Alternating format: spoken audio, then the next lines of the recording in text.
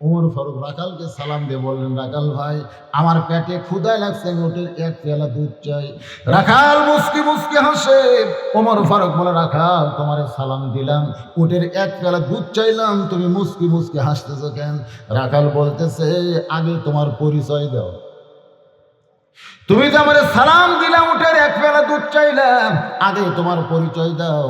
ওমর ফারুক চিন্তায় পড়ে গেলেন, আমি ছদ্মবেশ ধারণ করেছি আল্লাহর কোরআন দেখার জন্যে, এখন যদি পরিচয় দেই তাহলে আমার গোমর তো ফাঁস হয়ে যায়, কারণ পরিচয় দিলে তো আর আমি কোরআন দেখতে পাবো না। রাখাল যখন বলে, পরিচয় না দিলে তোমার সালামের উত্তর দেব না, ওমর ফারুক চিন্তায় পড়ে গেলেন। এমন সময় আল্লাহর কোরআন হযরত ওমরের সামনে এসে বলতেছে, ওমর, রাখাল যখন তোমার পরিচয় চাইছে, তুমি আসল পরিচয় দাও। তোমার আসল পরিচয় হলো মিল্লাতা আবিকুম ইব্রাহিম হুয়া সাম্মাকুমুল মুসলিমিন। আমি কিন্তু যে আয়াত তেলাওয়াত করছি, এই আয়াতের শেষে কিন্তু বলা হয়েছে লা তামুতুন্না ইল্লা ওয়া আনতুম মুসলিমুন। তার মানে বোঝা গেল আমাদের নামও মুসলমান, আমাদেরকে মরতেও হবে মুসলমান হয়ে। জোরে কণ্ঠে। এখন আপনারা বলেন, আমাদের আসল পরিচয় কি?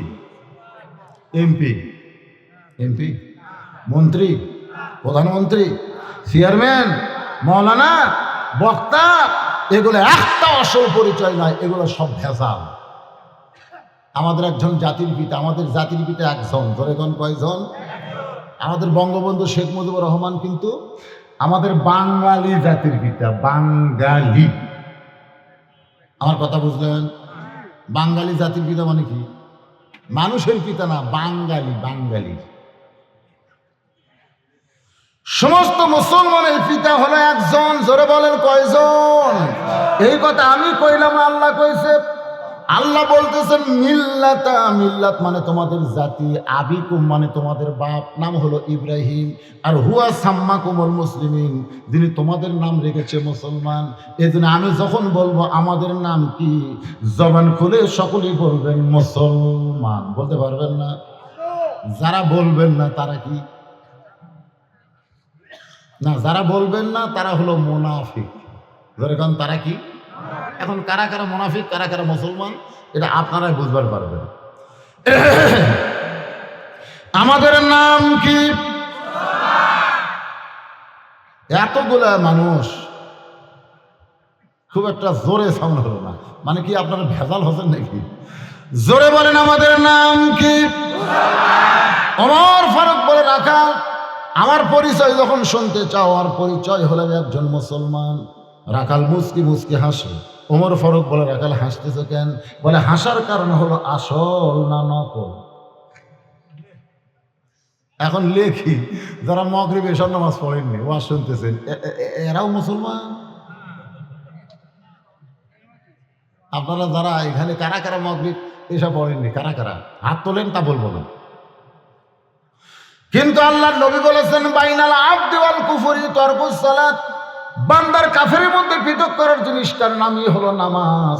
যারা নামাজ পড়বে তারা হলো আল্লাহর বান্দা, আর যারা পড়লো না তারা হলো কাফের।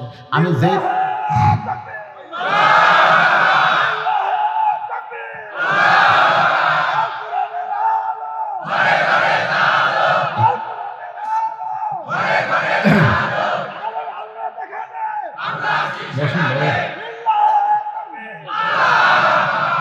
বেশি ঘন ঘন দিলে ওয়াজ কমে দেবো না, 12টার মধ্যে শেষ করে দেখি। এখন আসেন, আমি যে কথা বলতেছি, রাগ করেন না, আপনারা রাগ করেন না। যারা মাগরিব এসে পড়েননি, আপনারা রাগ করলে হবে? এটা কি আমার কথা? রাসূল বলেছে, বান্দা আর কাফেরের মধ্যে পৃথক করার জিনিসটার নামই হলো নামাজ। যারা নামাজ পড়বে তারা আল্লাহর বান্দা, আর যারা পড়বে না তারা হলো কাফের। আমি যে বলবো বেনামাজি, আপনারা বলবেন কাফের, বলতে পারবেন না? বেনামাজি।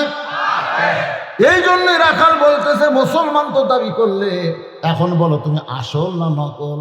ওমর ফারুক বলে, রাখাল, মুসলমান তো মুসলমান, এর মধ্যে আসল নকল কি?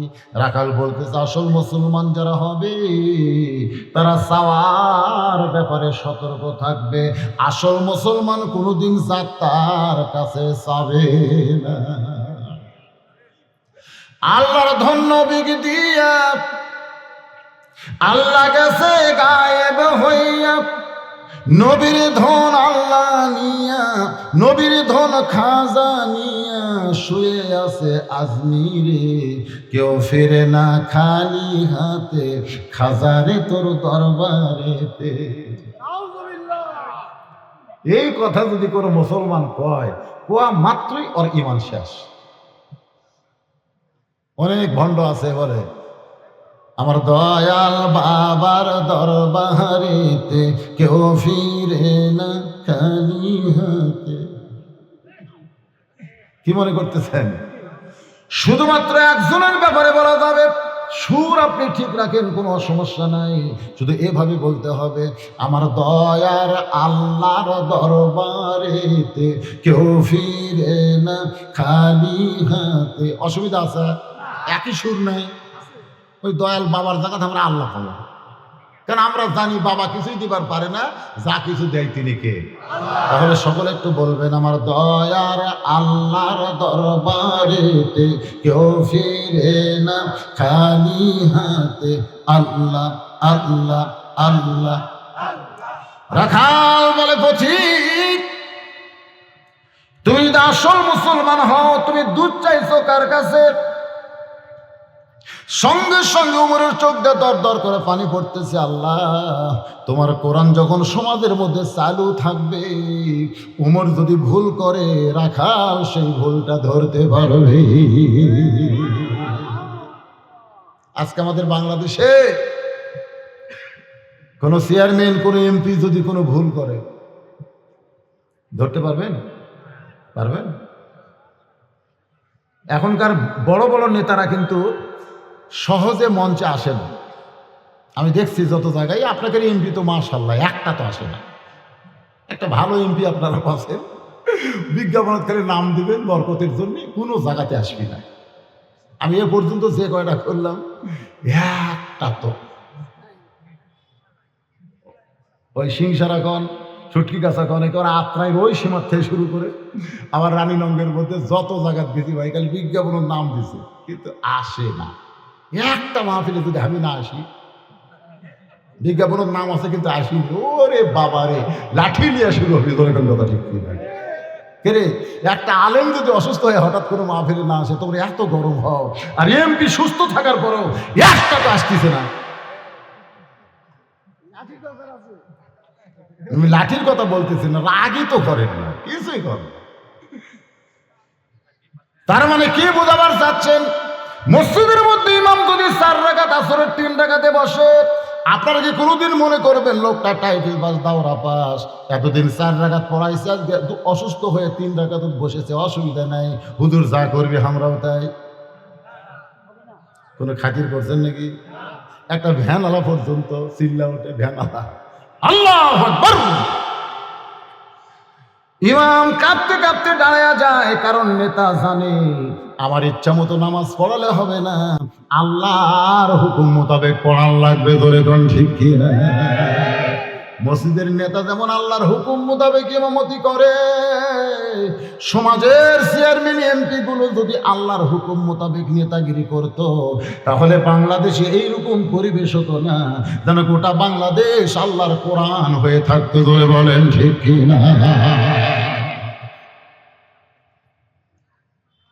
ওমর ফারুক বলতেছে, পথিক, তুমি যদি আসল মশাইছো কার কাছে? ওমরের চোখে দর দর করে পানি পড়তেছে, জোড়হাত করে বলতেছে, রাখাল ভাই, আসলে চাওয়ার ব্যাপারে আমার ভুল হয়ে গেছে। রাখাল বলতেছে, ভুলটা যখন স্বীকার করছো, তাহলে এখনো তোমার বাঁচার উপায় আছে, কারণ ভুল স্বীকার করলে আল্লাহ একটা সুযোগ দিল, সেই সুযোগের নাম হলো তওবা। জোরে বলেন, নাম কি? আদম আলাইহিস সালাম ভুল স্বীকার করছে, আল্লাহ কয় যা, তোর সুযোগ আছে, তওবা করো। কিন্তু শয়তান ভুল স্বীকার করে নাই। আল্লাহ যখন বলল আদমকে সেজদা কেন দিলে না, শয়তান যদি বলতো আল্লাহ আমার ভুল হয়ে গেছে, আল্লাহ কিন্তু শয়তানকেও তওবার সুযোগ দিত, কিন্তু শয়তান তর্ক করছে। আপনারা বলেন তো, ওর সুযোগ আছে? কিন্তু আদম নবী ভুল স্বীকার করার কারণে আল্লাহ বলেছেন রব্বানা, পড়েন সকলে, রব্বানা যালামনা আনফুসানা ওয়া ইল্লাম তাগফির লানা ওয়া তারহামনা লানাকুনান্না মিনাল খাসিরিন। ওমর ফারুক বলতেছে ঠিক আছে রাখাল ভাই, আমি তওবা করতেছি। রাখাল মুস্কি মুস্কি হাসে। ওমর ফারুক বলে আবার হাসো, আমি তওবা তো করতেছি। রাখাল বলে তুমি মূর্খ মানুষ, তুমি তওবা কেমনে করবে? ওমর ফারুক চমকে উঠছে। আপনার বলেন তো ওমর কি মূর্খ নাকি? আল্লাহ রাসূল বলেছেন আমার পরে কেউ যদি নবী হওয়ার সুযোগ পাইতো লা কানা ওমর, আল্লাহ ওমরকে নবী বানাই দিত। এই কোরআন শরীফে 23টা আয়াত, কয় আয়াত? 23টা আয়াত আল্লাহ ওমরের শানে নাজিল করেছে। নবী যখন মদিনার প্রেসিডেন্ট ছিল, আল্লাহর পক্ষ থেকে নবী হযরত ওমরকে আইন মন্ত্রীর দায়িত্ব দিয়েছিল। সুবহানাল্লাহ কর না কেন? আমাদের নবী কি প্রেসিডেন্ট ছিল না? হ্যাঁ, যখন নবী প্রেসিডেন্ট ছিল ধর্মমন্ত্রী হলেন আবু বকর, আইন মন্ত্রী হলেন হযরত ওমর, অর্থমন্ত্রী হলেন ওসমান গনি, আর শিক্ষামন্ত্রী হলেন হযরত আলী। ধরে গান সুবহানাল্লাহ। দেখেন প্রেসিডেন্ট যেমন, মন্ত্রীগুলো আর এখন আমাদের বাংলাদেশের মন্ত্রীগুলা। আচ্ছা আপনারা বলেন তো বর্তমান 18 কোটি মুসলমানের ধর্মমন্ত্রীর নাম কি?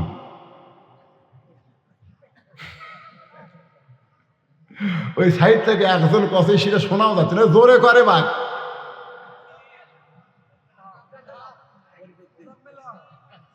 পিছন থেকে একজন কয় ফরিদউদ্দিন, একজন কয় মোজাম্মেল হক, আর একজন কয় প্রধানমন্ত্রী হাসিনাই। মানে আমাদের বাংলাদেশে ধর্ম নিয়ে কোনো চিন্তাই নাই, যা হয় হয়ে যায়। জোরে গান কথা ঠিক কিনা? আল্লাহর বান্দারা একটু মনোযোগ দিয়ে শোনেন। রাখাল বলতেছে তুমি মূর্খ মানুষ, কারণ যেই ব্যক্তি চাওয়ার ব্যাপারে সতর্ক থাকে না, ও যত বড়ই জ্ঞানী হোক না কেন সে 1 নম্বর মূর্খ। যেমন ডক্টর কামাল, নাম কি? নাম শুনছেন? ডক্টর কামালের নাম শুনছেন? এই যে গত সংসদ নির্বাচন হলো, সেই নির্বাচনে ডক্টর কামাল কিন্তু একটা ঐক্য জোট করছিল, ঠিক কিনা বলে? ভোটের আগে ডক্টর কামাল ঐক্য জোটের নেতাদেরকে নিয়ে সিলেটে গেছিল। সিলেটে শাহজালালের মাজারে গিয়ে ডক্টর কামাল মোনাজাত করলো। সেটা পেপারের হেডলাইন এভাবে দিল, ডক্টর কামালের নেতৃত্বে অসংখ্য ঐক্য জোটের নেতারা শাহজালালের মাজারে গিয়ে মোনাজাত করতেছে। মোনাজাতের সাউন্ড হলো বাবা আমরা ভোটে দাঁড়াচ্ছি। কি বাবা আমরা ভোটে দাঁড়াচ্ছি? কাক বলতেছে?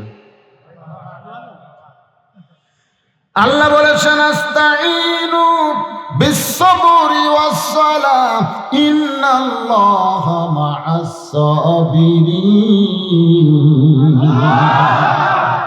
যদি আল্লাহর কাছে কিছু চাও তাহলে ধৈর্য আর নামাজের ভিতর দিয়া চাও। তুমি কেবলমাত্র আল্লাহ ছাড়া অন্য কারো কাছে তোমার মনের কোনো কথা বলতে পারবা না, কারণ তোমার বাবা, কোনো মাজার, কোনো পীর সাহেব আমাদের কোনো কিছুই করতে পারবে না। যেটা প্রত্যেক নামাজের রাকাতে আমরা কি বলি? ইয়্যাকা না'বুদু ওয়া ইয়্যাকা নাস্তাইন। ওমর ফারুক চোখের পানি বের করে বললাম রাখাল ভাই আমি আসলেই মূর্খ, তাহলে তুমি আমারে তওবা পড়াও। এবার রাখাল হযরত ওমরকে তওবা পড়াচ্ছেন। যারা মাগরিব এশার নামাজ পড়েন নাই আমার সঙ্গে তারা একটু তওবা পড়েন, অসুবিধা আছে? ফজর থেকে একটা ওয়াক্ত নামাজ আমরা বাদ দেব না। নিয়ত করেন ফজর নামাজ থেকে মসজিদের উন্নয়ন করবে মাহফিল। উভয় মসজিদ মানে কি? 2টা মসজিদ এই গ্রামে আছে, 2টা মসজিদের উন্নয়নে মাহফিল করতেছে। আর মসজিদের সবচাইতে বড় উন্নয়ন হলো যারা মুসলমান দাবি করে পুরুষ মানুষ 5 ওয়াক্ত নামাজ জামাতে আদায় করতে হবে। তাহলে ফজর থেকে আমাদের বাকি জীবনে একটা ওয়াক্ত নামাজ বাদ দিব না। এই নিয়তে তওবা করার দরকার আছে না নাই? যদি ফজর আগে আপনি মরে যান, এখন তওবা করার পরে ফজরের আগে যদি আপনি মরে যান আপনি জান্নাতে যাবেন।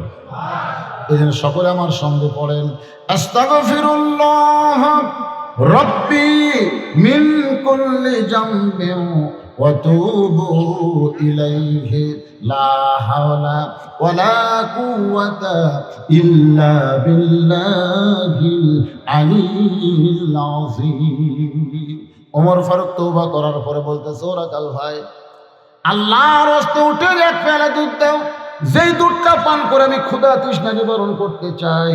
তওবা করার আগে বলেছিল, ও রাখাল ভাই, উঠে এক পেয়ালা দুধ দাও। আর তওবা করার সঙ্গে সঙ্গে বলতেছে আল্লাহর ওয়াস্তে। ধরে কোন কার ওয়াস্তে? রাখাল মুস্কি মুস্কি হাসে। ওমর ফারুক বলে, আবার হাসির কি হলো? রাখাল বলে, পথিক, তওবা করার পরে তুমি আবার মুনাফিকি করলে। সঙ্গে সঙ্গে ওমর ফারুকের চেহারা রক্তের মতো লাল হয়ে গেছে, কারণ রাসূল বলেছেন কাফের থাকবে জাহান্নামের উপরে আর মুনাফিককে থাকতে হবে জাহান্নামের তলে। আল্লাহ কোরআনের মধ্যে ঘোষণা করেছে আসফালি মিনান নার, একেবারে জাহান্নামের সবচাইতে নিচে থাকবে কারা? জোরে বলেন না কেন? আপনারা বলেন তো, এই মুনাফিকের আবাদ হয় কোন জায়গায়? মুনাফিক বোঝেন আপনারা? দেখেন, মোতে মুসলমান আবার মোতে মুনাফিক। কাফেরদের মধ্যে কোনো মুনাফিক নাই, ইহুদের মধ্যে কোনো মুনাফিক নাই, এমনকি হিন্দুদের মধ্যেও কোনো মুনাফিক নাই। রাসূল বলেছেন মুনাফিকের আবাদ হয় মুসলমানের ভিতরে। ধানের মধ্যে যেমন ধানিয়া ঘাস, আপনার ইরির ধান লাগান নাই, দেখবেন ধানের চাইতেও কিন্তু ঢপ ভালো। আপনি মনে করতেছেন এটা ভালো ধান রে, আসলে ধান কিন্তু না রে ভাই, বুঝবার পারেননি। ও ধান মনে করে সমানে সার খোল সবই দিয়েছেন, কিন্তু যখন গামর বাড়ে ফাটিছে, ওরে বাবা রে, ই কে রে? ও আপনার জুয়ান কেনা কন, আর আমাকে কাহালুতে বলে ধানিয়া ঘাস। একে শালা পুরা মুনাফিক রে। মুসলমানের মধ্যে এরকম আছে না নাই? যখন কোরআনের হক কথা বলবেন তখন দেখবেন ওরা ধানিয়া ঘাসের মতন চিল্লা চিল্লি করবে সাইড থেকে। আল্লাহর বান্দারা একটু মনোযোগ দেন। ওমর ফারুকের চেহারা রক্তের মতন লাল হয়ে। ওমর ফারুক চিল্লা বলে, রাখাল, আমার মধ্যে মুনাফিকের কি দেখলাম? রাখাল বলতেছে, এত রাগ করছো কেন? তোমার মুখের সাথে মনের মিল নাই। তোমার এই যে মুখ আর এই মন, এটা দুটা মিল নাই। ওমর ফারুক বলতেছে, মিল নাই কেমনে বুঝলে? বলে, তুমি কি কইলা? ও রাখাল ভাই, আল্লাহর রাস্তায় উঠে এক পেয়ালা দুধ দাও। তুমি যদি আমাকে উঠের মালিক মনে করতা তাহলে তুমি আমাকে রাখাল বলতা না। আর যখনই রাখাল বলতেছো তখন তোমার মন বলতেছে আমি উঠের মালিক না। আর মালিক বাদ দেখেও যদি রাখালের কাছে আল্লাহর রাস্তায় চাই, এরপরেও রাখাল দিবার পারবে। যার প্রমাণ আমি নিজে অনেক মাহফিলে করছি, আপনারা আমার ইউটিউবে শুনছেন।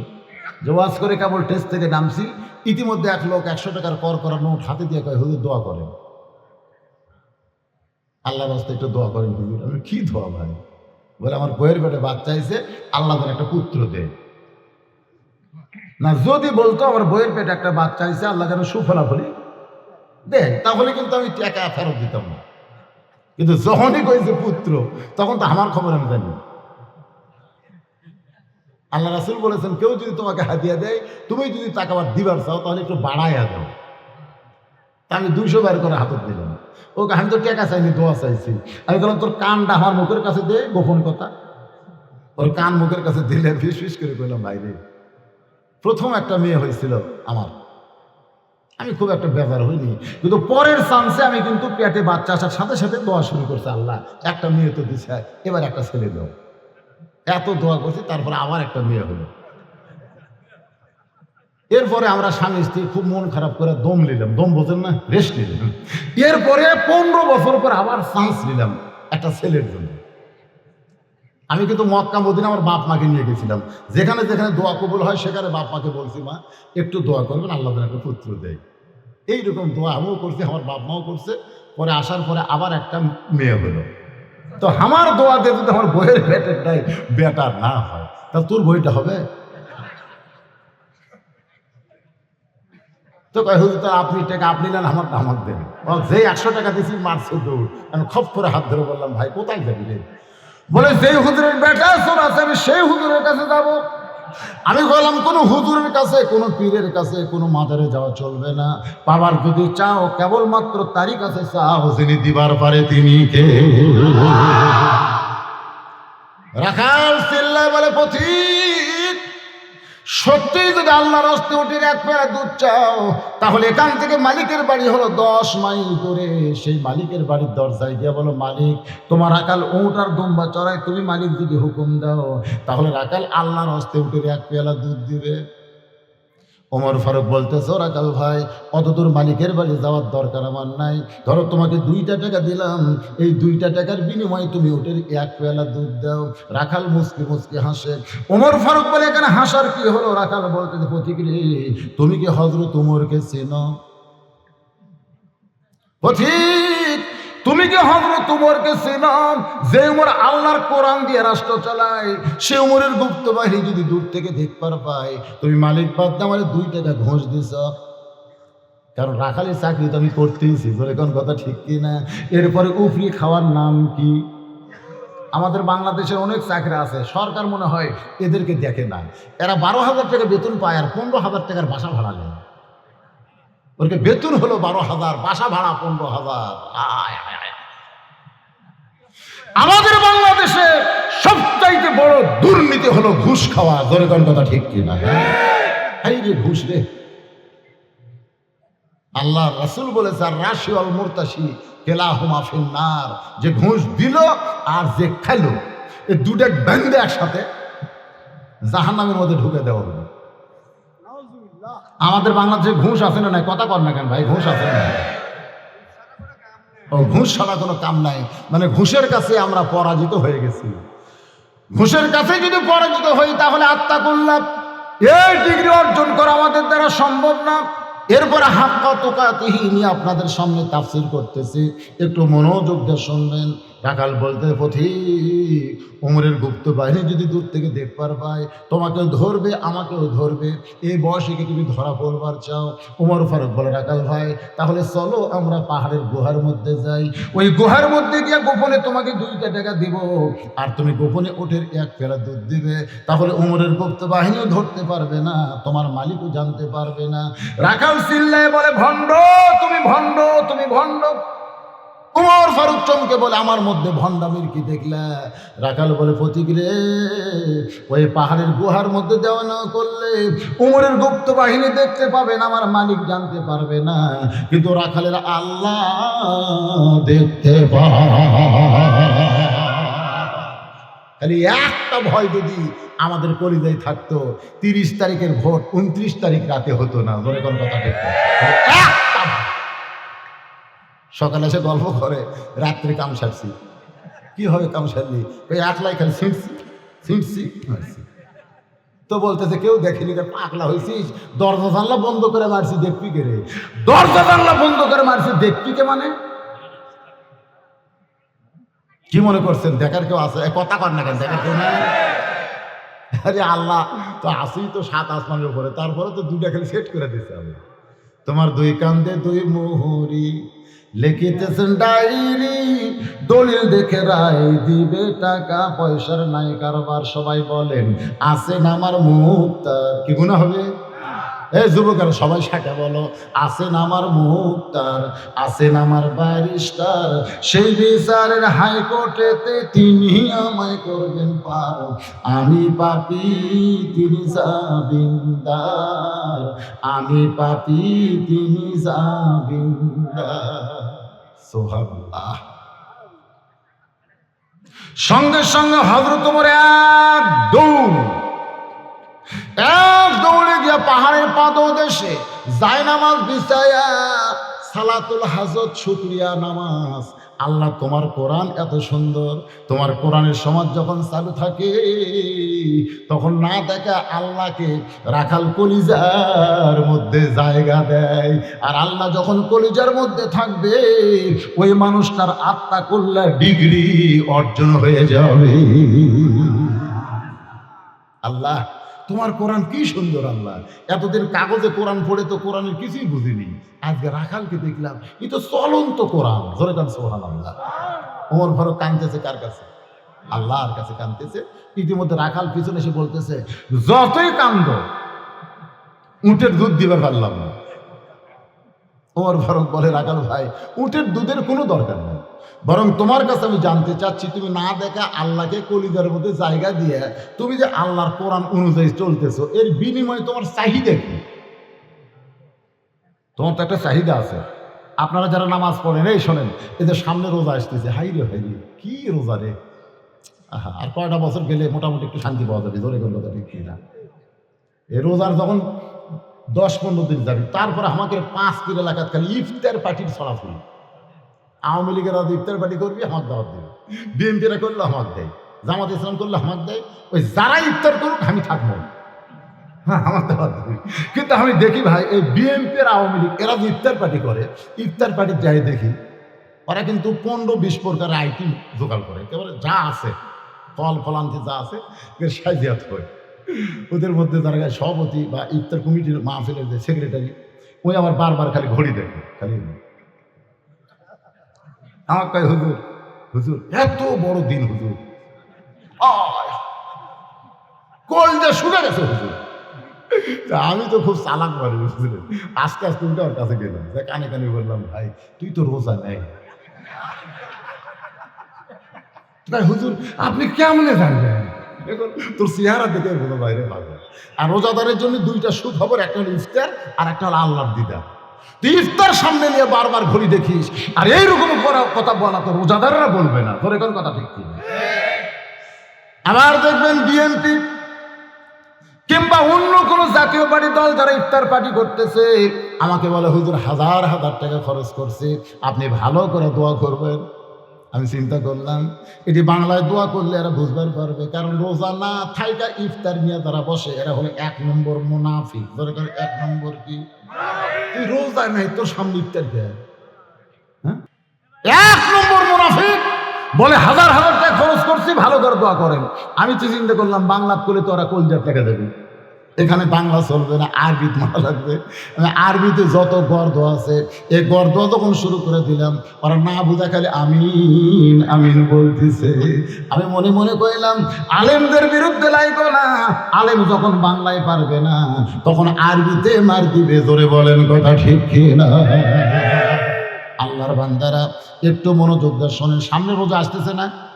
রোজা সম্পর্কে কি বলা হচ্ছে? এরা তো সাবান ওয়াজ ভাই, আর হয়তো আপনাকে রোজার আগে এখানে কোনো ওয়াজ হবে? আর তো কোনো ওয়াজ নেই। তাহলে রোজার কিছু কথা বলি। আল্লাহ রাসূল বলেছেন, এটা হাদিসে কুদসি, আস-সাওমু লি ওয়া আনা আজজি বিহি। রোজা কার জন্য? জোরে বলে, রোজা কার জন্য? রোজার পুরস্কার আল্লাহ নিজেই দিয়ে দিবে। পুরুষের চাইতে আমার মা বোনেরা রোজা বেশি থাকে। আমার মা বোনেরা যারা আছেন, মা এ রোজার সম্পর্কে কিছু কথা কিছুক্ষণ পরে বলতে চাই। এখন যেই কথাটা বলতেছিলাম একটু মনোযোগ দেন। এখন রাখাল হযরত ওমর বলতেছে, তুমি যে আল্লাহর কোরআন আমল করে না দেখে আল্লাহকে কলিজার মধ্যে জায়গা দিছো, এর বিনিময়ে তোমার চাহিদা কি? কারণ দুনিয়াতে তোমার ভালো চাকরি নাই, তুমি যে চাকরি করতেছো রাখালের চাকরি, রোদে পুড়ে পুড়ে একটা ভালো বাড়ি নাই, ভালো খাওয়া নাই, এরপরেও তুমি আল্লাহর কোরআন মানতেছো, এর বিনিময়ে তোমার চাহিদা কি? সঙ্গে সঙ্গে রাখাল বলতে পথিক, আমার চাহিদার কথা যখন শুনতে চাও, আমার চাহিদা হলো রব্বানা আতিনা ফিদ দুনিয়া হাসানাতাও ওয়া ফিল আখিরাতি হাসানা ওয়া কিনা আযাবান্নার। ওমর ফারুক বললেন, রাখাল আমি মূর্খ মানুষ রে, তোমার চাহিদার কথা শুনতে চাইলাম আর তুমি কোরআনের আয়াত শুনালেন, আমাকে একটু ভালো করে বুঝাই দাও তো। রাখাল বলতে, তুমি আসলেই মূর্খ। আমার চাহিদা হলো 2টা। 1 নম্বর চাহিদা হলো দুনিয়ার সৌন্দর্য, আর দুনিয়ার সৌন্দর্য হলো হযরত ওমরকে আমি এক নজর দেখতে চাই। যে ওমর আল্লাহর কোরআন চালু করার কারণে আমার মতন রাখাল না দেখা আল্লাহকে কলিজার মধ্যে জায়গা দিবার পারছি, সে হযরত ওমরকে যদি একটা বার আমি দেখতে পাইতাম নিজের চোখে, আমার দুনিয়ার চাহিদা আল্লাহ পুরা করত। আমার 2 নম্বর চাহিদা হলো, আমি রাখাল যখন মরে যাব, অধম রাখালকে আল্লাহ যেন জান্নাত দেয়। তাহলে রাখালের চাহিদা কয়টা? রব্বানা আতিনা ফিদ দুনিয়া না, আমাদের বাংলাদেশের কি রব্বানা আতিনা ফিদ দুনিয়া হাসিনা, মানে আওয়ামী লীগের এক ক্যাডার কইছে ইমামকে, আমাদের প্রধানমন্ত্রীর নাম ধরে দোয়া না করলে তোর কিন্তু ইমামতি শেষ। তো এখন ইমাম সাহেব মনে করতেছে বাংলা কবার গেলে তো অনেকে বুঝবার পারবি রে, আরবি মারতে হবে। তো বলতেছে রব্বানা আতিনা ফিদ দুনিয়া হাসিনা ওয়া ফিল আখিরাতি হাসানা ওয়া কিনা আযাবান্নার। সাইড থেকে একজন আলিম কয়, হুজুর হুজুর হুজুর এই হাসানার জায়গায় হাসিনা করলেন কেন?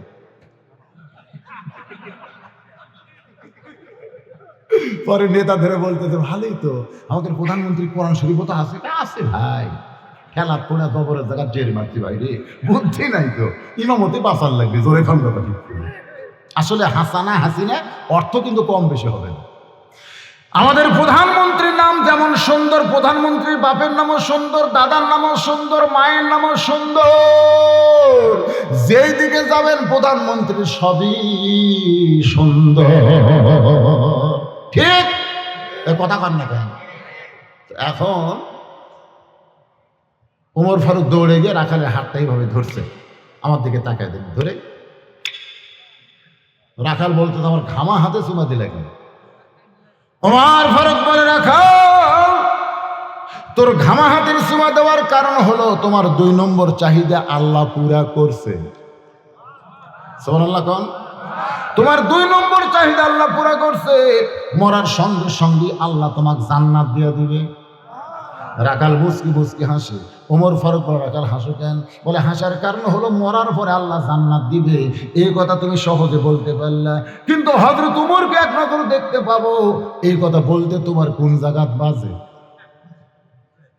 মরার পরে জান্নাত এরা সবাই বলতে পারে।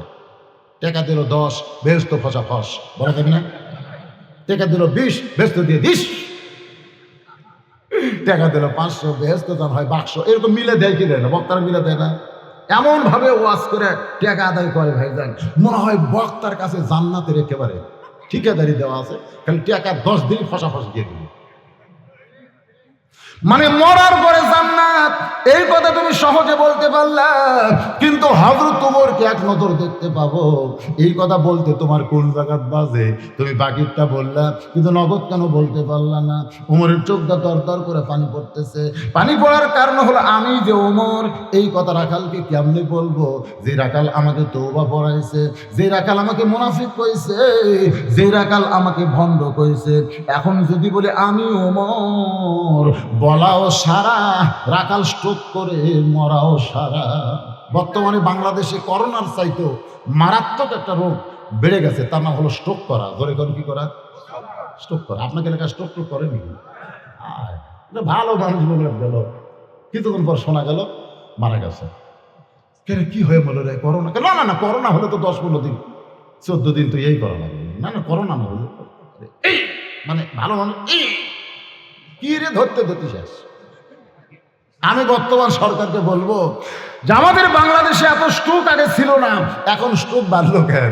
একটাই কারণ, মানুষের ভিতরে বাক স্বাধীনতা নাই, মানুষ ইচ্ছা মতো চলবার পারতেছে না, যার কারণে অন্তরে কষ্ট নিয়ে স্ট্রোক করে মরতেছে। ধরে কোন কথা ঠিক? কথা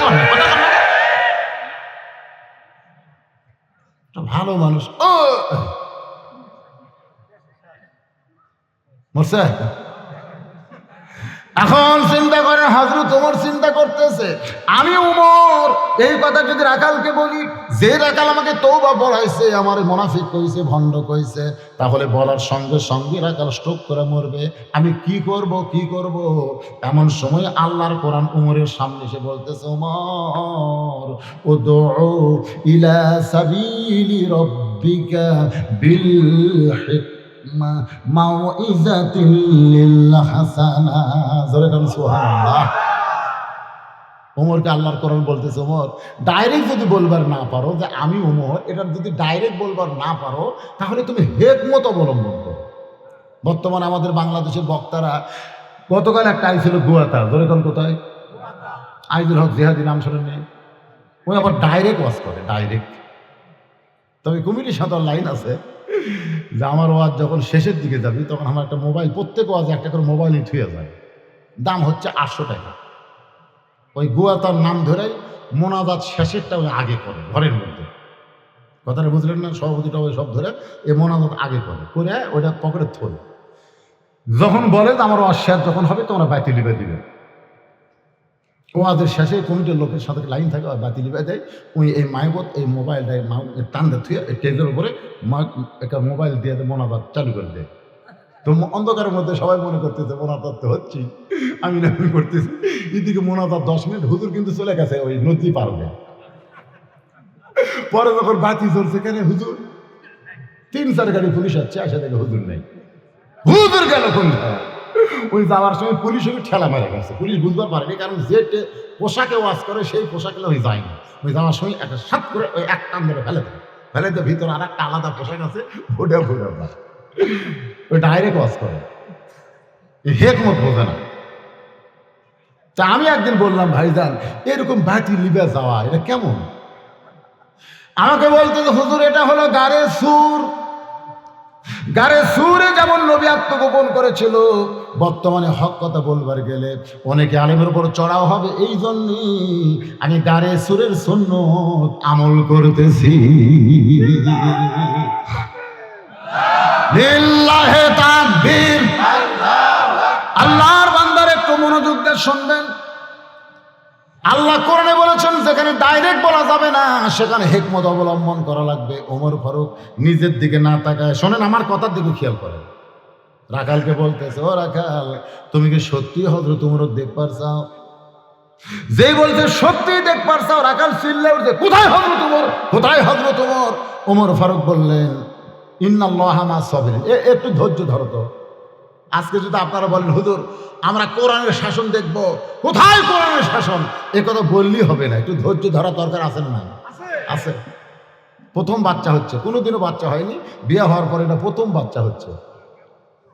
হ্যাঁ, আপনারা বলেন তো ওই মেয়েটার খবর কি, যে মেয়েটার প্রথম বাচ্চা হচ্ছে, একটাও হয়নি, নর্মালি বাচ্চা হবে, সিজার না। এখন তো সিজার করা বোঝেন না, এখন তো মায়েরা খালি মশানে থাকে, এক পাও খালি সিজারের দিকে দিয়েই থাকে।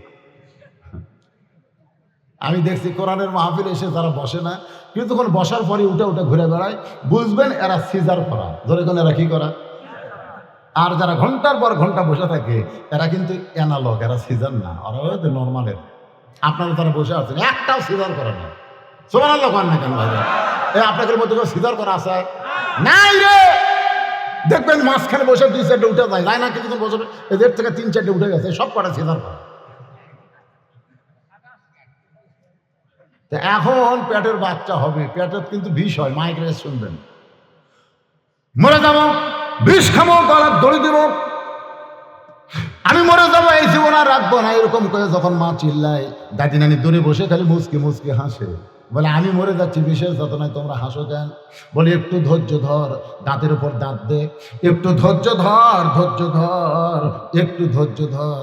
সবাই যখন বুঝায় দেখবেন মেয়েটা ধৈর্য ধরে এরকম দাঁতের উপর দাঁত দেয়, চোখ দিয়ে পানি বের হয়, কপাল ঘেমে যায়, তারপরে কিছুক্ষণ পরে দেখবেন একটা শব্দ হয়, যে প্যাক হয়েছে মানে বাচ্চা হয়ে গেল, রক্তের বন্যা বয়ে যাচ্ছে। এই বাচ্চা হওয়ার সময় অনেক রক্ত বের হয়েছে, হয়নি গান? একটা জেহাদের ময়দানে যে রক্ত বের হয়, একজন শহীদের 4 চাইতে রক্ত মায়ের বেশি বের হয়। রক্ত বের হওয়ার পরে ওই সন্তানকে গোসল করায় যখন মায়ের কাছে দেয়, মা কিন্তু ওকে বুকের মধ্যে নিয়ে কপালে একটা চুমা খায়।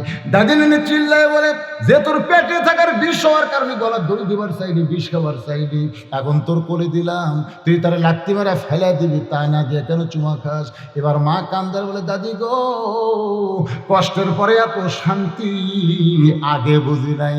আজকে বাংলাদেশে যারা কোরআনের শাসন দেখতে চাও, তোমাদের জীবনে প্রসব বেদনার মতন কষ্ট আসবে, আর সেই কষ্ট ধৈর্য ধারণ করে যদি মোকাবেলা করতে পারি, তাহলে সন্তান যেমন মা পাইয়া খুশি হয়, এই বাংলার জমিনে আল্লাহর কোরআনের শাসন একদিন আমরা পেয়ে যাব। কি মনে করতেছেন কষ্ট করার দরকার আছে না? না, এই জন্য আল্লাহ কোরআনে বললেন, ওয়ালা নাবলুওয়ান্নাকুম বিশাইইম মিনাল খাউফি ওয়াল জুই ওয়া নাকসিম মিনাল আমওয়ালি ওয়াল আনফুসি ওয়াস সামারাতি ওয়া বাশশিরিস সাবিরিন। আল্লাহর বান্দারা একটু মনোযোগ দিয়ে শোনেন। ওমর ফারুক বলে, রাখাল ভাই সত্যি যদি হযরত ওমরকে দেখতে চাও, তাহলে তোমাকে ফজরের নামাজ সামনে কাতারে আদায় করা লাগবে। কোন নামাজ? আজকের সামনে ফজর আছে না নাই? আমি যদি বলি কারা কারা ফজর পড়বেন, আল্লাহকে একটু হাত দেখান তো। সামনে কাতার লাগবে না, খালি পড়বেন, একটু হাত দেখান যারা পড়বেন। এই যারা ফজর নামাজ পড়বেন তারা হাত তোলেন। কে রে, কে কে তোলেনি দেখেন তো। আপনি তো তুলছেন? হ্যাঁ, আচ্ছা, হাত নামা। মসজিদের সবচাইতে বড় উন্নয়ন হলো ফজরের নামাজ মসজিদে পড়া। ধরে এখন ঠিক না? উন্নয়ন কি রে, দোতলা তিনতলা করা? কি মন খারাপ করলে? এখন চিন্তা করেন, ওমর ফারুক বলে রাখা ফজরের নামাজ সামনে কাতারে আদায় করা লাগবে। সামনে কাতারে যখন ফজর পড়বা, মেহরাবের মধ্যে দেখবা যেই মানুষটা ইমামতি করতেছে ওই মানুষটি হলেন হযরত ওমর। রাখাল মুস্কি মুস্কি হাসে। ওমর ফারুক বলে, রাখাল হাসো কেন? বলে, হাসার কারণ হলো তুমি আমাকে চেনো। ওমর চমকে গিয়ে বলে, তোমাকে চিনবো না মানে? তুমি তো রাখাল। তাহলে এমন কথা কেমনে বললেন? আমি হলাম বারান্দার মুসল্লি, আমি একজন উর্দুম্বা রাখাল হয়ে সামনে কাতারে কেমনে যায়?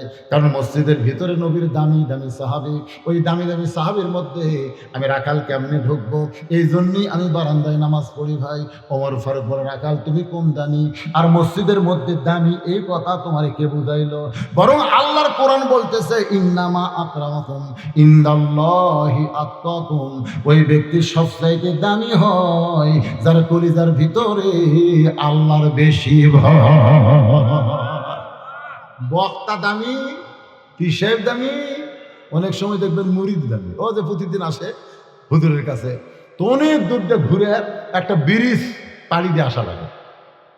কিন্তু পিসাবের দরবার আর ওই ছাত্রের বাড়ি কিন্তু একটা লাগালাগি, কিন্তু মাঝখান থেকে একটা নদী, কিন্তু ওই নদীর কারণে ওই ঘুরে আসা লাগে। একদিন পিসাব কি বলছে, হুজুর অনেক দূর দিয়ে ঘুরে আসা লাগে নৌকা কিংবা ব্রিজ দিয়ে, তো হুজুর আপনার কাছে তাড়াতাড়ি আসার কোনো রাস্তা নাই। পিসাব বলতেছে, খালি বিসমিল্লাহ করে চোখ বন্ধ করে নদীর পাও দিবি, পার হয়ে চলে আসবি। ওই কিন্তু ওই বিসমিল্লাহ বিশ্বাস করছে, পীরও বিশ্বাস করেনি। বিশ্বাস করছে কাক? বিসমিল্লাহ। ওই পরদিন থেকে পীরের কথা মতো বিসমিল্লাহ কয়, পানির পাও দেয়, পানি জমা যায়, ওই পার হয়ে আসে।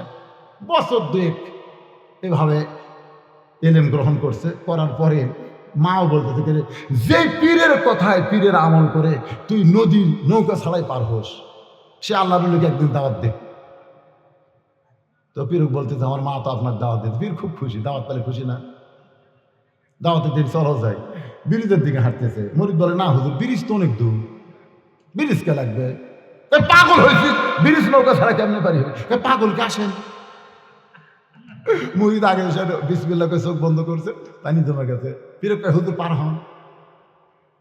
পীর বিসমিল্লাহ করে পাও দেয়, ডুবে যায়। মুরিদ কান্দার, হুজুর আপনার কাছ থেকে আমল নিয়ে আমি নদী পার হই, কিন্তু আপনি কেন পার হবার পারেন না? পীর বলতেছে, লিমা তাকুলু মা লা তা'লামুন। আমি যেটা বলি সেটা আমি আমল করি না। অনেক বক্তা আছে ওয়াজ করে আমল করে না, আবার অনেক শ্রোতা আছে ওইটা শোনা আমল করে। ওই বক্তার অনেক আগেই আল্লাহ শ্রোতাদেরকে জান্নাত দিয়ে দেবে, আর ওই শ্রোতাদের সামনে বক্তার জিহ্বাত, মনে করে আমি আমাকে দেখ বলতেছি, আমার জিহ্বার মধ্যে একটা বসিয়ে মাছ ধরে না, ওই বসি কলা জিহ্বার মধ্যে দিয়ে টাইমে টেনে জাহান্নামে ফেরেশতা দিয়ে যাচ্ছে। তা আপনারা দেখে বলতেছেন, হুজুর আপনার ওয়াজ শুনে আমরা জান্নাতে আমল করে যাচ্ছি, আর আপনি জাহান্নামে। আল্লাহ তখন বলবি, খালি ওয়াজ করছে আমল করেন। তখন আপনারা হয়তো বলতে পারেন, হুজুর আপনার ওয়াজ শুনে আমল করে আমরা জান্নাতি। আমরা আল্লাহর কাছে বলবো, আল্লাহ যে হুজুরের ওয়াজ শুনে আমরা নামাজে হলাম, ফজরের নামাজ জামাতে পড়লাম, সে হুজুরকে জাহান্নাম দিয়েন না। আল্লাহ বলবে, শ্রোতারা রে, তোদের ওসিলায় আমি আবার বক্তাকে জান্নাত দিয়ে দিলাম। এখান থেকে প্রমাণ হলো বক্তা দামি না, এমপি দামি না, প্রধানমন্ত্রী দামি না, আবার যারা নিচে বসে আছেন তারাও না। ওই ব্যক্তি সবচাইতে দামি হবে, ইন্না আকরামাকুম ইনদাল্লাহি আতকাকুম। ওই ব্যক্তি সবচাইতে দামি হয় যার কলিজার ভিতরে আত্তাকুল্লাহ, আল্লাহর বেশি ভয়। বরং ফজরের আজানের গুরুত্ব দিও, একটু মনোযোগ দিয়ে শুনবেন। সামনে কাতারে নামাজ পড়ো। এবার রাখাল বলতে, ভাইজান তাহলে আজকে এশার নামাজ পড়ে আমি বাড়ি যাব না। একটু মনোযোগ দিয়ে শোনা লাগবে, এশার নামাজ পড়ে আজকে বাড়ি যাব না। ওমর ফারুক বলেন বাড়ির যাবা না, কি করবা? বলে ফজরের নামাজ সামনে কাতার ধরার চেষ্টা থাকা লাগবে। এসা পড়ে বাড়িতে যদি ঘুমাই তাহলে ফজর সামনে কাতার কেমনে পাবো? ওমর ফারুক বললেন রাখাল, আমি তোমাকে নামাজ সম্পর্কে একটা প্রশ্ন করব, আপনাদেরকে আমি করতেছি যে 3 ওয়াক্ত নামাজ তাড়াতাড়ি, আসর মাগরিব এশা 3 ওয়াক্ত কি তাড়াতাড়ি, কিন্তু এশা থেকে ফজর, ফজর থেকে জোহর এই 2 ওয়াক্ত লম্বা কেন? আপনারা কি বলতে পারেন? না পারলেন বলবেন, পারি না। আসর মাগরিব এশা দেখবেন আসরের আজান দেওয়ার পরে নামাজ শেষ করে 2 কাপ চা খাতি দেখবেন মাগরিবের আজান, তাই না? আর মাগরিবের আজান নামাজ আদায় করে খালি ঘুরে ঘুরে একটু কথা বলতে আবার পেঁয়া করে শুরু হয়ে গেছে। অনেকে এই কি হলো একাধারে বাড়তেছে। কিন্তু এশা থেকে ফজর, ফজর থেকে জোহর লম্বা। আল্লাহ নবী বললেন লাইলাতুল মেরাজে আল্লাহকে প্রশ্ন করলাম, আল্লাহ আসর মাগরিব এশা তাড়াতাড়ি আর এশা থেকে ফজর, ফজর থেকে জোহর 2 ওয়াক্ত লম্বা কেন? আল্লাহ বলেন হাবিব ফাইদা কুদিয়াতিস সালাতু ফান্তাশিরু ফিল আরদ, ফজরের নামাজ পড়ে মানুষ জমিনে চড়ায় পড়বে, কেউ চাকরি করবে, কেউ ব্যবসা করবে, কেউ ক্ষেত খামারের মধ্যে থাকবে, এই নানা ধরন কাজ এবং টেনশনে তার দেহের অনেক ক্ষয় হয়ে যাবে জোহর পর্যন্ত। এইগুলো কাজ করে দেহের যে ক্ষয় হবে, এসা থেকে ফজর লম্বা সময় দেওয়ার কারণ হলো ওই লম্বা সময়ে তারা ঘুম পাইলে ওই ঘুমের কারণে আল্লাহ দেহের ক্ষয়টা পুরা করে দিবে। এখন আপনারা কি বুঝতেছেন? এশা থেকে ফজর এই লম্বা সময় আল্লাহ আমাদের কি জন্য দিছে? কথা কন না কেন? নাওমাকুম সুবাতা, ঘুম হলো জান্নাতে একটা নিয়ামত, ধরে কন সুবহানাল্লাহ। তো তোমাকে যদি ঘুম ধরে, তো রাখাল বলতে ঘুম যদি ধরেই মসজিদের ভিতরে ঘুম পারবো, যেই বলছে মসজিদের মধ্যে ঘুম পারবো, এটাকে আমাকে মতন বলবি? এটা হচ্ছে হযরত ওমর। রাস্তাতে গেলে শয়তান 40 দিন পায় না। যে রাখাল কইছে মসজিদের মধ্যে ঘুম পারবো, সঙ্গে সঙ্গে ওমর ফারুক চেহারা রক্তের মতো লাল করে বলতেছে মসজিদের মধ্যে ঘুম পাড়ার দলিল দে। তুই যে মসজিদের মধ্যে ঘুম পাড়বি তার একটা দলিল দে। মসজিদে ঘুমানোর একটা দলিল থাকা লাগবে, কথা কম থাকা লাগবে না? শোনেন, জোহরের নামাজ পড়ে সবাই চলে গেছে। এই মসজিদের উন্নয়ন কমিটি শোনেন, জোহরের নামাজ পড়ে সবাই চলে গেছে, কিন্তু ওরা 4 জন 5 ফ্যান দিয়ে গল্প করতেছে, 5 ফ্যান ঘুরতেছে, ওরা 4 জন গল্প করতেছে। আপনি কি মনে করেন ফেরেশতা বসে আছে? ফেরেশতা বলতেছে আল্লাহ সবাই জোহর পড়ে চলে গেল, এরা 4 জন 5 ফ্যান দিয়ে গল্প করে, এর কি রেজাল্ট কি?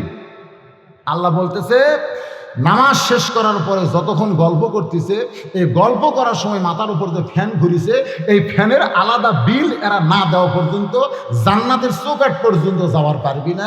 মসজিদের বাপের বাড়ি না, ইচ্ছা মতো গল্প করবি, ধরে গল্পটা ঠিক কিনা?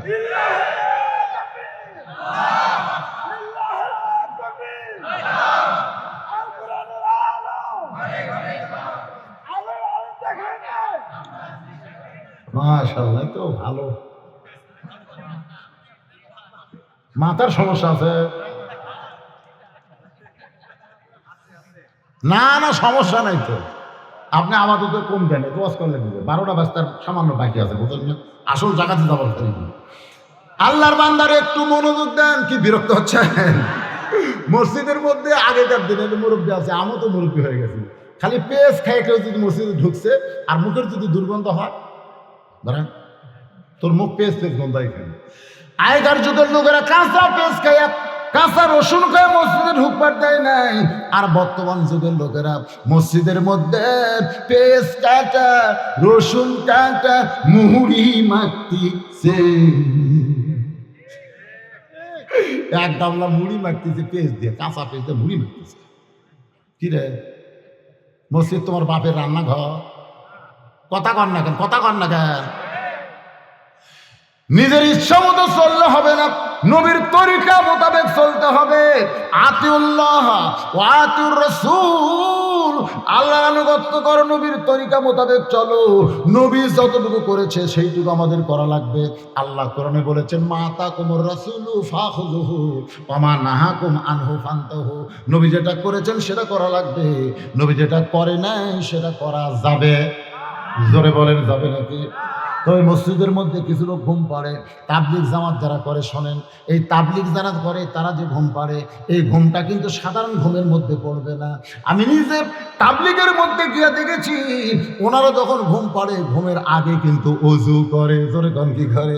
অজু করে মসজিদের মধ্যে ঢুকে দেখবেন জিকির ফিকির কোরআন তেলাওয়াতের মধ্যে লিপ্ত হয়ে যায়।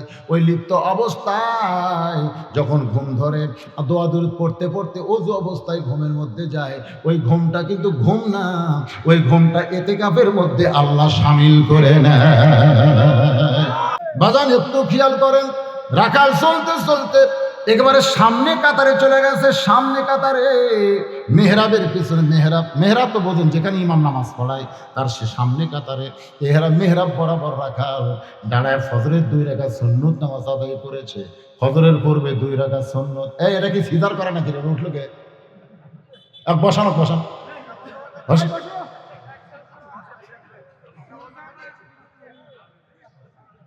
ওটা উঠি কেন? কিছু করা লাগবে না, অক খালি বসাতো, ওর পেশাব বন্ধ হয়ে যাবে। পেশাব জাতীয় যত রোগ আল্লাহ ভালো করে দিয়েছে। আল্লাহ বন্ধ। আপনার কি মনে করছেন এই কোরআন কি জাতা কিতাব নাকি? কোরআনের মহব্বতে পেশাব লাগার পরেও যারা উঠতেছে না কোরআনের মহব্বতে, আল্লাহর কোরআন আল্লাহকে সুপারিশ করবে, আল্লাহ পেশাব জাতীয় সব ব্যারাম ভালো করতে আল্লাহ কি কোন আল্লাহ দিবার পারে না?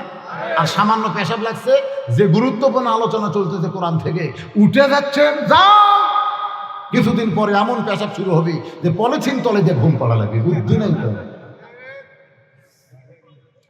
আল্লাহ পারে না? আল্লাহ পারে কি পারে না? একটু কোরআনের দিকে ধৈর্য দেন, একটু দেন। আল্লাহর বান্দারা যে কথা বলতেছিলাম, ফজরের পূর্বে 2 রাকাত সুন্নত আছে। সর্বসাকুল্যে এর আগের মাহফিল আমি বলেছি 12 রাকাত। যেরকম কয় রাকাত? ফজরের পূর্বে 2 রাকাত, জোহরের পূর্বে 4 রাকাত, জোহরের পরে 2 রাকাত, মাগরিবের পরে 2 রাকাত, এশার পরে 2 রাকাত। এই সর্বসাকুল্যে 12 রাকাত সুন্নত আমাদের পড়তেই হবে। রাসূল বলেছেন এই 5 ওয়াক্ত নামাজের মধ্যে ফজরের পূর্বে যে 2 রাকাত সুন্নত পড়া হয়, এই সুন্নতের গুরুত্ব সবচাইতে বেশি। সুবহানাল্লাহ কন না কেন? ফজরের 2 রাকাত সুন্নতের গুরুত্ব এত বেশি, রাসূল বলেছেন আসমান এবং জমিনের মধ্যে যত জিনিস রয়েছে সমস্ত জিনিস বিক্রি করলেও ফজরের 2 রাকাত সুন্নতের সমান দাম হবে না। রাকাল ফজরের পূর্বে 2 রাকাত সুন্নত পড়ে চুপটি করে বসে আছে, চুপ করে বসে আছে, নিয়ত হচ্ছে হয়তো ওমরকে প্রাণ ভরে দেখবে। কিন্তু একজন মুসল্লি মসজিদের মধ্যে ঢুকা থেকে জায়গা দখল। সেই মুসল্লির নাম হলো ওসমান গনি। জোরে বলেন নাম কি? ওসমান গনি ঢুকা থেকে জায়গা দখল। আপনারা হয়তো বলবেন হুজুর মসজিদের জায়গা আবার দখল কেমনে হয়? আল্লাহ রাসূল বলেছেন আমার আবু বকর যখন ইমামতি করবে, আবু বকর বরাবর যে দাঁড়াবে তার নাম হলো উমর ফারুক। উমর ফারুক যখন ইমামতি করবে, উমর বরাবর যিনি দাঁড়াবে তার নাম হলো ওসমান গনি। ওসমান যখন ইমামতি করবে, ওসমান বরাবর যিনি দাঁড়াবে তার নাম হলো আলী। আর আলী যখন ইমামতি করবে, আলী বরাবর। নবী চুপ হয়ে গেলেন। সমস্ত সাহাবীরা বলে ইয়া রাসূলুল্লাহ হযরত আলী যখন ইমামতি করবে আলী বরাবর কে দাঁড়াবে?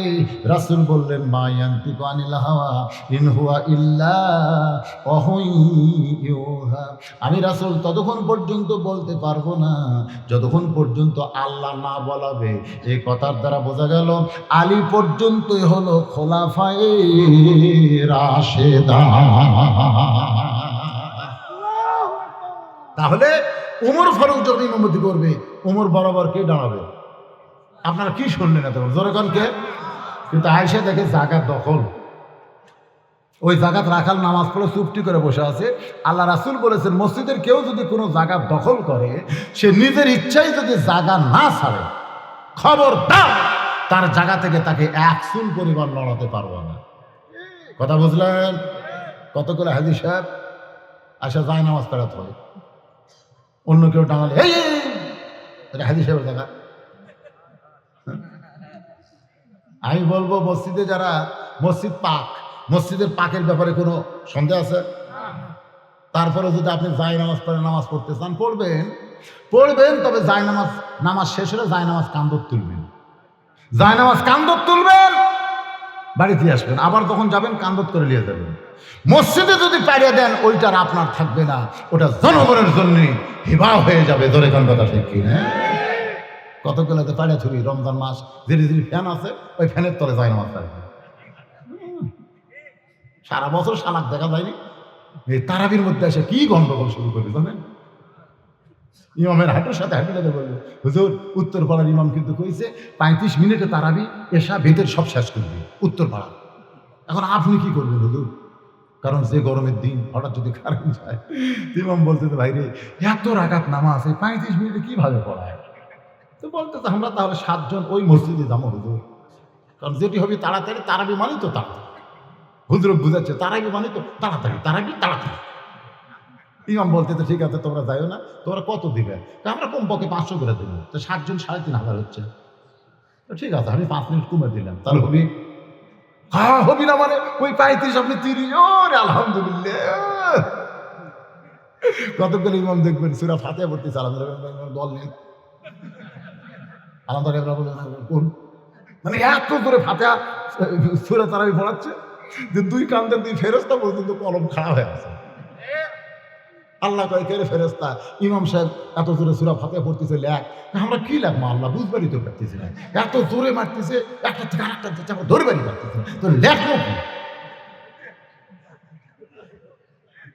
আমি বলবো যদি 20 রাকাত আপনাদের সমস্যা হয় 8 রাকাত পড়েন, কিন্তু নামাজের মতন নামাজ পড়েন, ঠিক? তবে হানাফি মাযহাব 20 রাকাতই পড়বেন, কিন্তু লাফালাফি ব্যাঙ্গের মতন 4 রাকাত পর আমাদের আগে একটা দোয়া আছে, আপনাদের দিকে দোয়া আছে, এটা দোয়া আছে বলে এত ফোর্সে দোয়া পড়তেছে। হাই রে একজন মুসলিম কইলাম, কেন ভাই তুই যে এত ধরে পড়িস, তুই একটা আমার শুনে তো আস্তে আস্তে। না হুজুর আমি কেন সামনে আর পিছনে ঠিক তুছি, আর মাঝখানে গুড়গুড় গুড়গুড় করে মারতেছি। কি রমজান মাস কি ফাজলামোর মাস? এই জায়নামাজ পাড়া চলবেন, একটু খেয়াল করেন।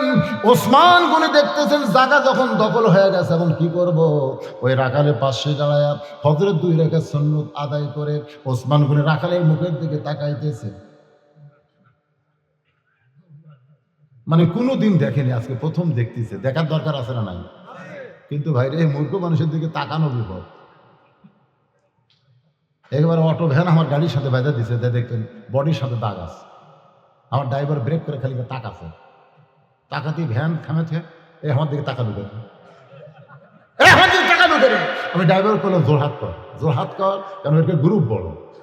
এই ভ্যান থামাতে হচ্ছে আরো 5টা ফ্যানেল আছে, তো কিন্তু মাইরা শুতে দিবি রে, তুই জোরহাত কর, তুই তাকাছে ফের পারবি।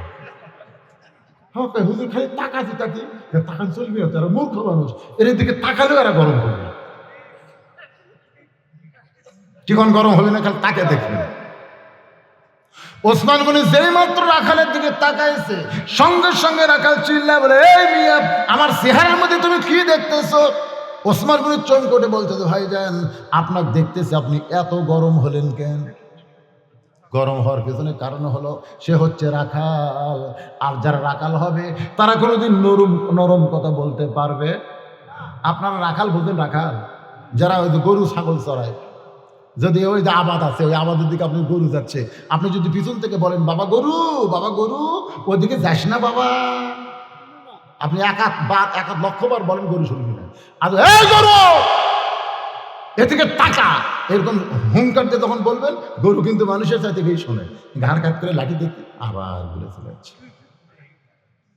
আল্লাহ রাসূল বলেছেন প্রত্যেকটা পুরুষকে, প্রত্যেকটা অভিভাবককে রাখালের দায়িত্ব দিয়ে প্রেরণ করা হয়েছে, প্রত্যেকটা অভিভাবককে রাখালের দায়িত্ব দিয়ে প্রেরণ করা হয়েছে।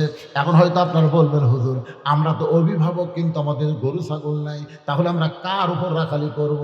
আপনি গরু ছাগল মনে করবেন না, আপনি চোখ বন্ধ করে দেখবেন, আপনার 21 বছরের একটা ছেলে আছে, আপনার 17 বছরের একটা মেয়ে আছে, ওই দুইটা চোখ বন্ধ করে কিছু সময়ের জন্য মনে করবেন ছেলেটা হলো আমার আয়রা আর মেয়েটা হলো আমার বোক না। এটা কিন্তু সত্যি না, চোখ বন্ধ করে মনে করবেন যে আমার আয়রা কি করতেছে, মানে আপনার ছেলে কি করতেছে। ছেলের তো সাইজ বর্তমানে দেখতেছি আয়রার চাইতে তো খারাপ হয়ে হয়। কুরবানি আধার কুরবানি আইডিয়া একটা মেলা হয়েছে, মেলা বোঝেন না, দড়ি ছিঁড়িছে উত্তর পাড়া দেখতে, এ কোথায় কে উত্তর পারে, এ কোথায় কে দক্ষিণ পারে, এ কোথায় কে, হ্যাঁ হ্যাঁ মানে নাই, খালি দৌড়াদৌড়ি করতেছে। মানে দড়ি ছেড়লে আগে যেরকম দৌড়ায়, এখনকার কতগুলো যুবক আছে গোটা পাড়া খালি ওগুলা বেড়ায় ধরে না, এ কথা না, কথা কথা কর না কেন না, কিরে তোমার ছেলে এমন একটা ফুল প্যান্ট করছে যে ফুল প্যান্ট টাকনুর তলে চলে গেছে। তুমি জানো পুরুষ মানুষ টাকনুর তলে পোশাক পরা কবিরা গুনে? তাহলে আপনার ছেলে টাকনুর তলে ফুল প্যান্ট পরে, আপনি বাবা হ্যাঁ কিছুই করবেন না, ওটার উপর রাখালি করা লাগবে। তো আপনি কাছে ডাকবেন, নান্নু মান্নু খোকা, ও আমার কলিজার টুকরা, আসো বাবা, সুন্দর করে কাছে ডাকে বলবেন, বেটা এই যে টাকনুর তলে ফুল প্যান্ট গেছে, টাকনুর তলে ফুল প্যান্ট থাকলে আল্লাহ তার দিকে হাসরের ময়দানে রহমতের নজরে তাকাবে না বাজান। এই ফুল প্যান্ট এখন থেকে বানাবি টাকনুর উপর থেকে নাভির উপর পর্যন্ত। উপরে নাভি, এই নাভির উপরে থাকবে কতগুলো নাভি বার করাতে হবে, পুরুষের নাভি ঢাকতে হবে। নাভির থেকে বোঝেন না, পুরুষের সতর বোঝেন আপনার, পুরুষের সতর যেটা ঢাকতেই হবে সেটা নাভির উপর থেকে টাকের উপর পর্যন্ত, এ পর্যন্ত তুই ফুল প্যান্ট বানাবি। আপনার কথা মতো ছেলে দর্জির কাছে গিয়ে বলতে, ভাই নাভির উপর থেকে টাকের উপর মাপ নাও। দর্জি বলতেছে কে রে, এটা আবার কোন কথা? ফেরেশতা বলতেছে আল্লাহ। বাপের ওয়াজ শুনে ছেলে দর্জির কাছে এসে বলতেছে নাভির উপর থেকে টাকের উপর মাপ নাও। আল্লাহ বলতেছে ওর জীবনের গুনাহ মাফ করে দিলাম। জোরে কোন সুবহানাল্লাহ। কি মনে করছেন এত টাইট ফুল প্যান্ট পরে আপনার বেটা, আপনার শরম লাগে না যে আপনার ছেলে যে এরকম টাইট পরে রাস্তা ঘুরতেছে? ওর তো বাইরে থেকে ভিতরের মাল সব